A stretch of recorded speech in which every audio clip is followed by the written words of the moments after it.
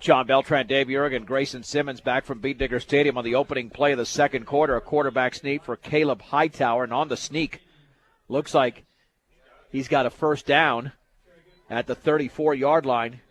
I mean, one thing, Estes Park has no shortage of his first downs. They have picked up several tonight.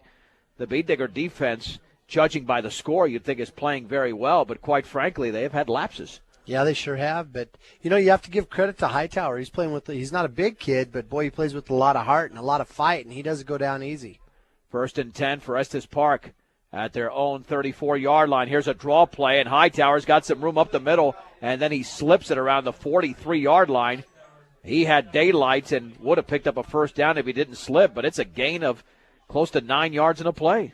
Again, our defensive line, they have to, their attack, the nose guards that are playing across from their guards and the defensive ends, they're releasing to the outside, or they're taking an outside charge, and that just leaves that middle wide open for Hightower to just run that quarterback draw. 2nd down and 1 for Estes Park at their own 44-yard line as the Beat Diggers in the opening 30 seconds of the second quarter lead by a score of 19-0.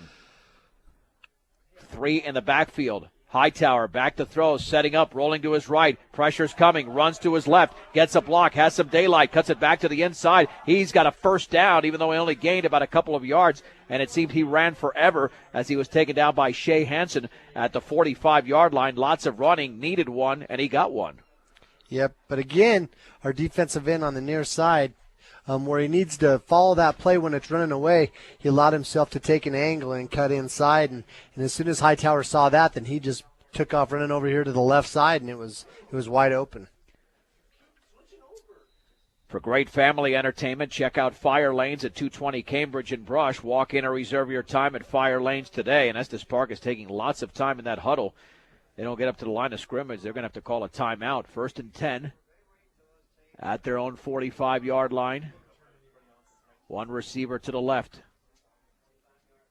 Hightower under center is going to pitch it to the right, throw it back to Hightower. That is caught at the 44, and then he's down at around the 47, maybe the 48-yard line, so it's a gain of around 3, as out there was Tyson Larrick, and it was Mike Davis with the initial throw. All types of trickery there. 2nd down and 7. The Beat Diggers read that play pretty well. Yeah, they did. Hansen was the first one there. He flew up there. He had to kind of make an arm tackle, but, that's one of those things that sometimes you have to do at least to try to slow the guy down, keep him from gaining too much momentum. But as soon as he went up there and he slowed him down, then Larrick was right there to clean it up. This will be the 7th play of the drive. On 2nd down and 7 from the 48-yard line for the Bobcats. Hightower will hand it off right up the gut, and that's maybe a yard there for Robidart as he was swallowed up by Kyle Muir. And getting up slowly is Tyson Larrick. Dylan French also around the football. 3rd down and 7 for the Bobcats. It's fun to watch old French. You can tell he's having a great time out there his senior year, just making a lot of tackles and having a good time on defense. Yeah, he gets up fired up after he makes a play, or even if he doesn't make a play, like you said, he's just playing the game the way it should be played. 3rd down and 7 for the Bobcats at their own 48-yard line. 9.5 to go in the second quarter. And Brush is in the lead, 19-0. 3rd consecutive home game for the Beat Diggers. 2 receivers out to the left, 2 to the right. Robidart in motion. There's the handoff to Robidart running right, and he is tripped up after a yard to the 49. Derek Lynch was in front of him as Robidart tried to cut it back right towards the middle. And the Bobcats on 4th and 6 will set up in punt formation at their own 49-yard line, but with a decent punt, they could pin the Beat Diggers. You got to give it to Lynch as he stood there and held his ground. That made Robidart have to try to cut it back, and he lost his footing right there in the middle of the field. Sam Keller-Twigg at his own 38-yard line, and there's a fake, and there's the short snap, but the Beat Diggers aren't biting. It's a gain of 1 by Caleb Hightower, and it looked like Derek Lynch made the play at the 49-yard line, so give him a gain of around 2 for Hightower. But the Beat Diggers now have outstanding field position. Make that Kyle Hefner who made the tackle for Brush. You bet he did a good job of flying up in there. They hiked it to the short guy, and he took off running up the middle. And it was just neat to see those linebackers. I think Lynch might have been there as well, and it was neat to see them both just fly up there and make the tackle instead of falling for the fake and going for the punt receive. 1st and 10 for the Beat Diggers, only 51 yards away from scoring again. Garcia Back to throw, and now he'll take off with the football, cutting it back towards the middle across the 50 to the 48-yard line before he was tackled by Kyle Robidart. Sam Keller-Twigg also in on the play. Some nifty running there by Garcia. Got him 3 yards, 2nd down and 7. You can tell he's upset with himself as he's walking back to the huddle, and he's knowing Eric, he's such a competitor that he's kind of beating himself up still over some of those passes, and he's trying really hard to make something happen, and that caused him to trip up right there. Your one-stop shop for all of your banking and investment needs, from checking to savings to IRAs, is Morgan Federal Bank, 321 Ensign Street, Morgan Federal Bank. There's a difference. Member FDIC, an equal housing lender. On 2nd down and 7 from the Estes Park 48-yard line. Kukas, the quarterback, throws out to his left, pass caught by Garcia, stutter steps, and he runs to around the 45-yard line. If he didn't trip himself up, he might have picked up more, but it still turns out to be a pretty decent play for the Beat Diggers. Give him 4 yards, 3rd down and 3. It's neat to see Brush going with a little different look and doing kind of like what Philadelphia is trying to do with Michael Vick and get the quarterback out there to receiver position. 7.5 to go in the second quarter. Connor Weiser has 2 touchdowns. C.J. Kukas with 1 off an option pass from Shea Hansen from 58 yards away as Brush leads 19-0. It is 3rd down and 3 for the Beat Diggers at the Estes Park 41. Garcia under center, hands off to Weiser, running right, 1st down. He bowls his way to around the 39-yard line. And Sam Keller-Twigg made the tackle, but it's a gain of 5 for Connor Weiser. Tell you what, Weiser's a load, 6'1", 200 pounds, and when he gets a head of steam up, he's got speed. He has a lot of speed for a big guy, so he's a load to bring down, especially when they start running those traps and that off-tackle stuff. Well, you and I saw his biggest run of the year 3 weeks ago in Gilchrist, 88 yards on a 99-yard drive. 1st and 10 for Brush at the Estes Park 39-yard line. The lone setback as Weiser trips to the left. One receiver to the right is Kukas. Garcia to hand it off to Weiser. The ball is fumbled, and Estes Park has got the football at the 37-yard line. I'm not sure he ever got that handoff, but Kyle Robidart recovers the Beat Digger fumble, and it's Brush's first turnover of the game. Yep, I don't know. It looked like the mesh point, it looked like they were quite a ways away from each other, and I don't, that's a deal between the two of them. One wasn't where they were supposed to be, or maybe both of them were a little too far away from each other, and they just didn't take care of that handoff and turn the ball over. So the Bobcats have the ball at their own 37-yard line. But they trail by 3 touchdowns with 6:54 to go in the second.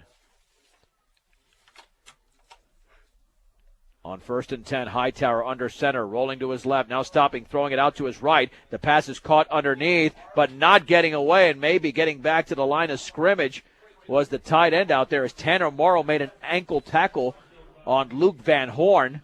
They'll give him a yard to the 38. Excellent play. 2nd down and 9 for Estes Park. Kind of one of those deals where Morrow had a hold of his ankle and he was outsized on that play, but shot in there. He had it was like a low single leg shot, and he just held on to him by the ankle. He just held him, and Van Horn was kind of dragging him along and eventually fell down.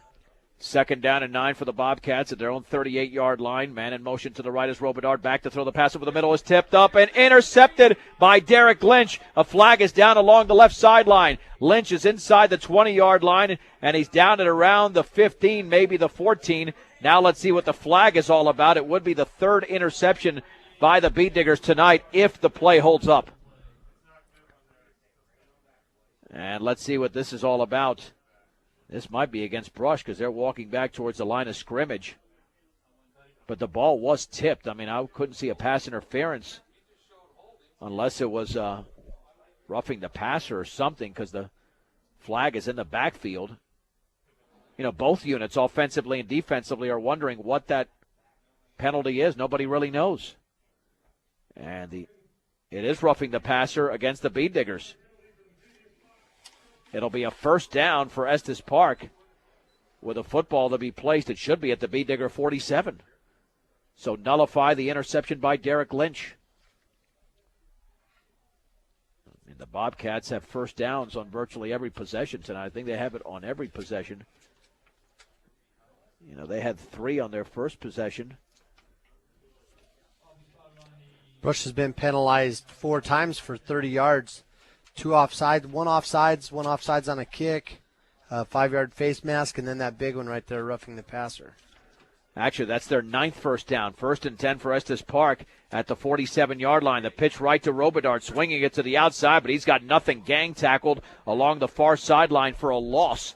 Back to around the 49, maybe the 50-yard line. And the first man in on the play was Levi Brenneman.